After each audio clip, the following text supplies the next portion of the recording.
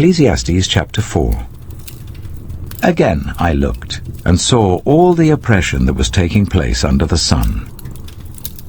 I saw the tears of the oppressed, and they have no comforter. Power was on the side of their oppressors, and they have no comforter.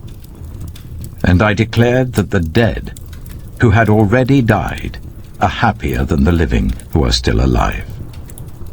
But better than both is the one who has never been born, who has not seen the evil that is done under the sun. And I saw that all toil and achievement spring from one person's envy of another. This too is meaningless, a chasing after the wind. Fools fold their hands and ruin themselves. Better one handful with tranquility than two handfuls with toil and chasing after the wind. Again I saw something meaningless under the sun.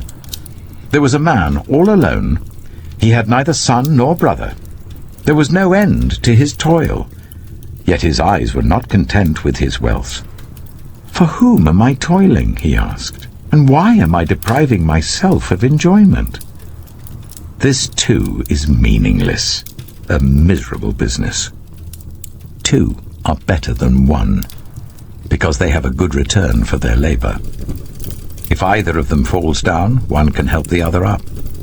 But pity anyone who falls and has no one to help them up.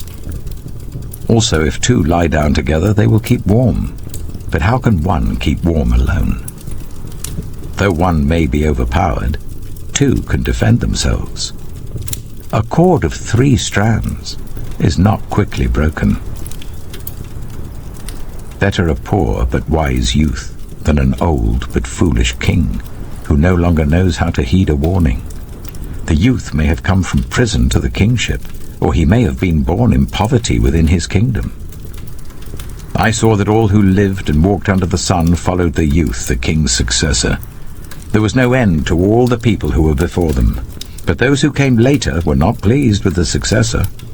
This too is meaningless, a chasing after the wind.